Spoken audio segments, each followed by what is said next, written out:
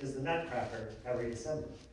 But I'm not in the level of fitness that I used to be when I was in my 20s. So it takes me some time and planning to get ready for the Nutcracker each year. So what I would usually do is around September, I'd start going into ballet class. But with my work schedule, I'm only getting into ballet class like maybe twice a week. That's not enough. So I'm doing other things. I jump rope, and then I go for runs. I live near Griffith Park, so I go for runs in Griffith Park, which is great because you're running through the park. Super hilly, you can see a hill sprint. And get up to the top and feel pretty good about yourself. So with a few months of that, along with the rehearsals, then I'd be ready to perform at the Nutcracker. And I did this for 5 years. Each year, though, it got a little bit harder and a little bit harder. And at this point, I'm pushing 40. And that's 2013. And I think to myself, you know what?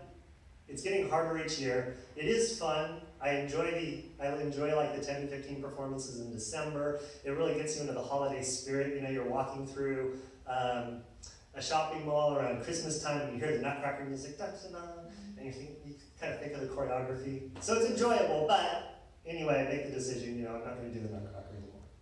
So it's September of 2014. It's great. I don't have to go to ballet class.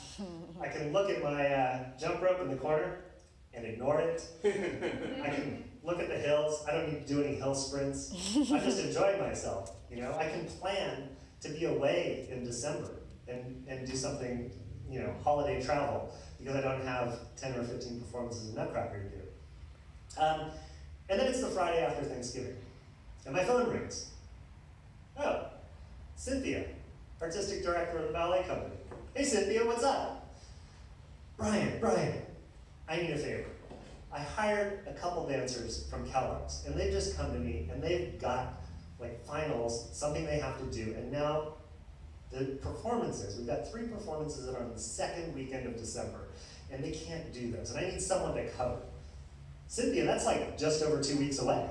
Yeah, I know. I'm in a kind of a tight spot. But if you could just come in, and if you could do the parents' dance and the Russian dance, then I'll be covered. And you've done both of those before. You know all the choreography. You won't have to rehearse for it.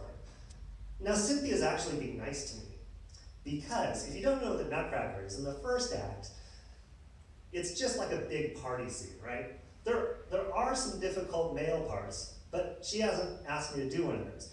I'm just in the party scene. I'm a parent. And it's pretty easy. I wouldn't even break a sweat for this. In the second act of the Nutcracker, the main character goes into like this dreamland, and she visits different countries. She goes to China, France, Arabia, and Russia. And this actually is like the meat of the dancing in the Nutcracker, where it's hard. So the Russian variation that she asked me to do, the Russian dance, it's all like acrobatics and jumping. And this was something I used to do in my 20s, and people would cheer because I'd be jumping well. But you know, that's kind of like, she was being nice to me with the parents, but then the Russian. But I do love performing, and I tell Cynthia, hey Cynthia, sounds good, I'll do it. So we really only have 1 week of rehearsals in the studio before we have to go to the theater. And because we're working with all these kids in the Nutcracker, we spend the whole weekend, you know, we're rehearsing with the kids for the party scene at the beginning. And the Russian dance doesn't even show up on the rehearsal schedule. So, into the theater for the performance. And it's the first act. And I'm enjoying it. I'm wearing a suit, standing around. I make big gestures like this, or grab my lapels. And then I do dancing. I've got my stage wife and my stage kids, and we do waltzing around the stage, right? This is really easy. Oh, I'm enjoying it. Nutcracker's so much fun.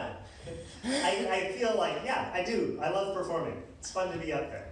And audience loves this too, right? It's a big spectacle. There's more than 30 people on the stage. The music's playing, and all of a sudden the music will stop, and we'll all finish with the music in a big artistic tableau, and the audience will be caught off guard, and then they'll start applauding. Oh, fun. So that's the first act. Then it's on to the second act. So I'm back in my dressing room and change into my Russian costume, and I come out for the second act.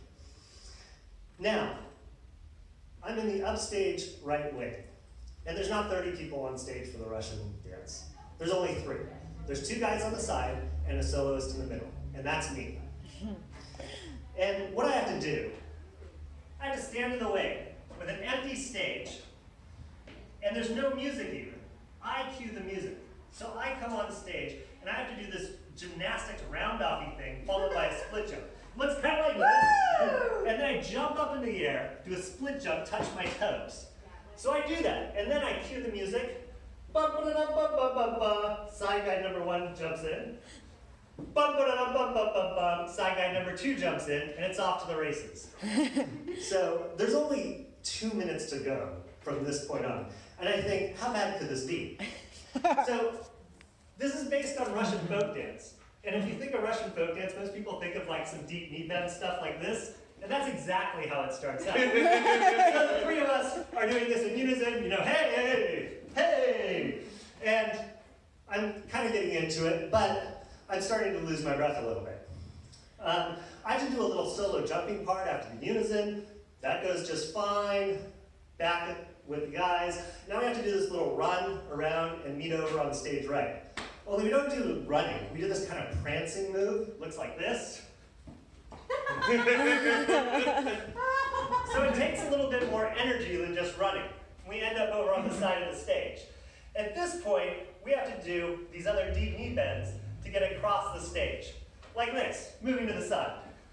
And we're at Mission San Gabriel Theater, and the stage is 50 feet across. So we really have to move. And each time you pop up, you're supposed to pop up as high as you were the time before. I'm in front, and the 2 side guys are behind me, so I can't see what they're doing. But I assume that they're popping up to the same height each time. That's not what I'm doing. Each time, I'm popping up a little bit lower across the stage. So by the time I get across, I'm like, oh God, this isn't working. I'm out of breath. My legs are shut. The muscles aren't firing how I want them to fire. What's going to happen? I have 16 counts now to get back upstage center for the finale. The 2 side guys peel off. They've got an easy job. All they do is they peel off, go around to the side, and they do these things. We call it organ grinders. The main point is that they're low to contrast the soloist in the center, who's supposed to be jumping high. 16 counts. I turn around, trying to catch my breath, get up stage. Legs aren't firing, out of breath. Here I am, I'm ready to prepare. I've got to do 16 jumping split toe touches in the middle. I go to do the first one, and it only goes this high. It's supposed to look like this and be high. And then the second one is even lower. I'm not going to make it. Totally out of breath. My eyes start to go a little shimmery. The side guys drop out of my peripheral vision. The stage lights are kind of flickering in my eyes. Now in ballet, at the very back of the stage, behind the audience, there's a small red light. We look at it when we do turns so we don't get dizzy. And I just like focus in on that red light and think, oh my God, what am I going to do? At this point, I just make up some choreography. I don't remember what I do. It's not going well. Something happens. The music continues. The side guys come back into my view. The side guys come around. They make this like standing gate like this. And I'm supposed to do another acrobatic thing that goes over the gate. I don't do that. I just push through the gate to my finishing pose, which is on my knee like this. And I'm just looking at the audience. And then there was no big clapping when I was doing the jumping. There's just some polite applause now. I'm on my knee. I just want to stay here and let my breathing catch up. But the applause is already dying down. So I have to get off stage. So we get up, and I truck it into the wings. And no one comes over and says, good job to me. And at that moment going into the wings, I realized that I didn't make it. I didn't love this performance. My decision from a year ago to not do this again was the right decision for me. And after that, I haven't done the Nutracker ever again.